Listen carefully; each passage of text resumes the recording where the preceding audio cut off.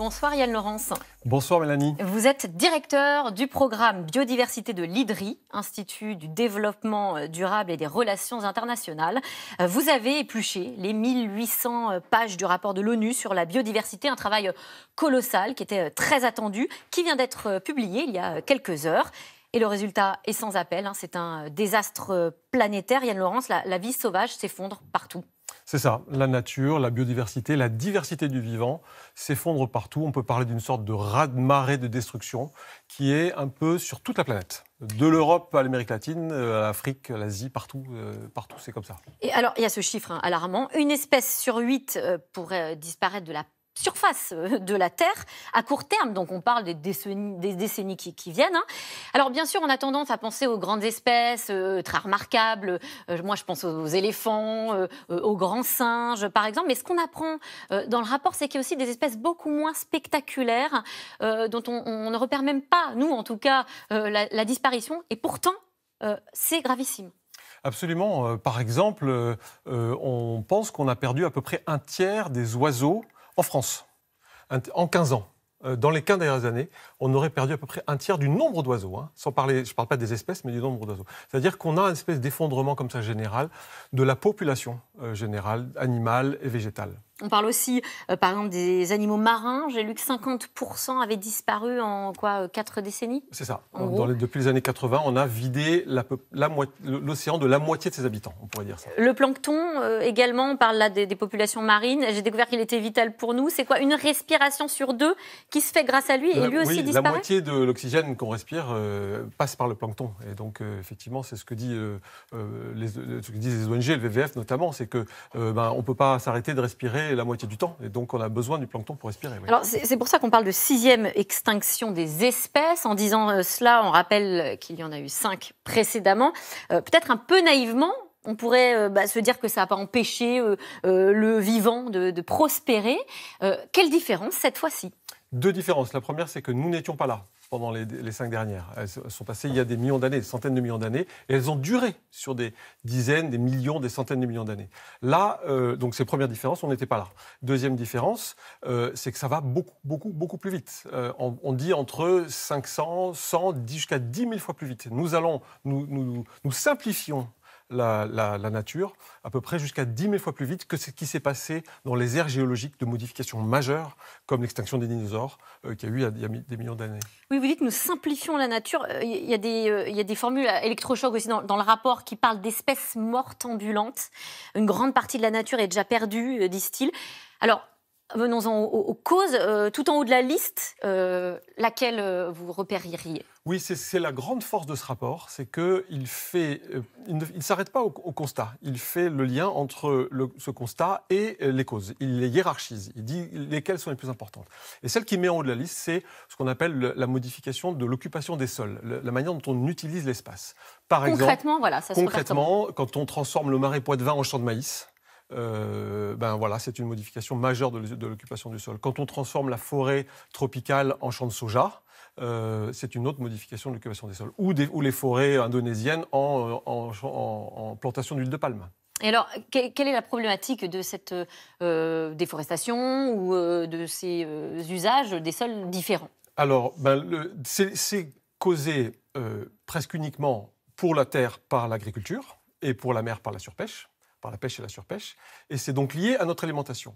Or, c'est ce que le rapport rappelle, entre les 2 tiers et les 3 quarts de l'agriculture sont consacrés à l'alimentation animale, à alimenter les animaux que nous allons manger. Autrement dit, on peut faire un lien direct entre l'effondrement de la biodiversité et l'excès de consommation de viande. Alors, mais oui, vous parlez d'excès de consommation de viande, là vous parlez de surpêche, mais il y a des subventions pour la pêche, par exemple. Alors ça veut dire quoi ? Il faut que les gouvernements soient prêts eux aussi à changer finalement de modèle de production agricole ? C'est ça. Personne ne dit qu'on va arrêter de manger. Personne ne dit d'ailleurs que tout le monde est obligé d'arrêter de manger complètement de la viande. La question, c'est de la produire différemment, d'en manger moins quand même, de manger moins de viande et moins de poisson. Surtout moins de viande blanche, parce que c'est celle qu'on nourrit avec des graines.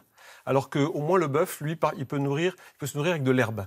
Et on a besoin d'herbe sur la biodiversité. Quand le bœuf est nourri à l'herbe, il est plutôt positif pour la biodiversité. Mais la viande blanche qu'on nourrit avec des graines, par exemple, eh ben, il faut produire du soja, etc., pour la nourrir.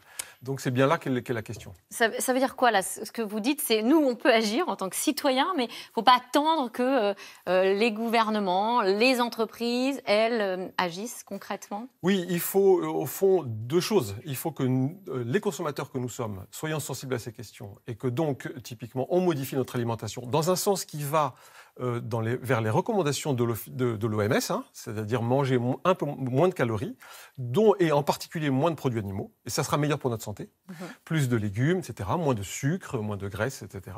Et par ailleurs, il faut que les gouvernements aident les filières de production. On ne va pas les laisser tomber comme ça, il faut les reconvertir. Il faut convertir l'agriculture, notamment européenne, vers des filières de qualité qui produisent bio, sans pesticides si possible, sans engrais de synthèse, et qui produisent l'alimentation saine dont les Européens ont besoin. Revoir aussi nos modèles de production dont vous parlez, ça me fait penser à une partie du rapport qui insiste sur l'importance des peuples indigènes. Est-ce que ça, c'est lié aussi à la sauvegarde de la biodiversité? Alors tout à fait, c'est clé et le rapport le montre de manière spectaculaire. Si on prend les peuples autochtones, ça peut être une tribu Maasai, une tribu bédouine, les Imraguènes en Mauritanie, les Indiens d'Amazonie auxquels on pense, les Pygmées, etc. Mais aussi des communautés locales, des comités de pêcheurs, de montagnards, etc. Tout ce monde-là ensemble, ça peut faire jusqu'à 1,5 milliard d'habitants, c'est-à-dire quand même 20% de la planète. Et or, la biodiversité qui reste aujourd'hui, celle qui est protégée encore, celle qu'on trouve, qui est belle, etc., qui est riche, c'est souvent dans l'habitat de ces gens-là. Et donc, ça veut dire qu'il y a une sorte d'alliance à nouer entre notre politique, notre alimentation, nos politiques d'environnement et ces peuples. En même temps, ça fait 40 ans qu'on alerte en tout cas qu'il y a des sommets pour la planète. On n'a pas l'impression qu'il y ait une sorte de révolution qui s'opère dans nos modes de vie. Est-ce qu'il faut, je ne sais pas, passer par la contrainte, par des sanctions pour vraiment changer la donne? Alors, en partie oui, parce que le rapport montre bien qu'il y a beaucoup de problèmes dans le monde, notamment dans le monde en développement, mais aussi chez nous en Europe, qui viennent de la non-application du droit. Oui. On a souvent dans beaucoup de pays des politiques environnementales, des droits, des lois qui sont pas mal, qui sont assez exigeantes, bien faites. Un droit de la nature. Voilà, exactement, la protection des espèces, des espaces, les choses qu'on n'a pas le droit de faire, etc. La question, c'est leur application au quotidien, au jour le jour, dans le bureau du maire, du préfet et du Premier ministre. Alors, est-ce que ça, le sommet dans un an en Chine, la COP 15 de la biodiversité qui aura lieu dans un an, pourrait trancher? Est-ce que ça va pouvoir permettre de changer les choses? Je pose quand même cette question parce que j'ai lu que la biodiversité était résiliente. Alors, est-ce que si on change, nous, la donne assez rapidement, on va pouvoir le voir autour de nous? Oui, si on change de méthode. C'est-à-dire que jusqu'à maintenant, on a pris des objectifs très ambitieux. En disant, voilà, on veut une biodiversité préservée et on y va. Mais de manière un peu imprécise, sans dire qui y va et comment on y va. Et comme on n'y arrive pas, à chaque fois, tous les 10 ans, on prend des objectifs encore plus vastes pour essayer d'y arriver. Et si on s'engage vers des objectifs plus précis, plus concrets sur les secteurs de production, notamment agricoles, peut-être qu'on peut y arriver. Peut-être avec des objectifs chiffrés. Voilà. Qui sait. Merci Anne-Laurence d'être venue sur notre plateau. Vous êtes directeur du programme biodiversité de l'IDRI. Tout de suite, c'est dans l'air avec Caroline Roux. Matignon donne le top départ d'une mobilisation générale pour l'emploi et pour l'écologie. Alors Caroline Roux et ses invités répondent à toutes vos questions. C'est dans l'air est intitulé ce soir, syndicats, élus, ils sont de retour. Ne bougez pas.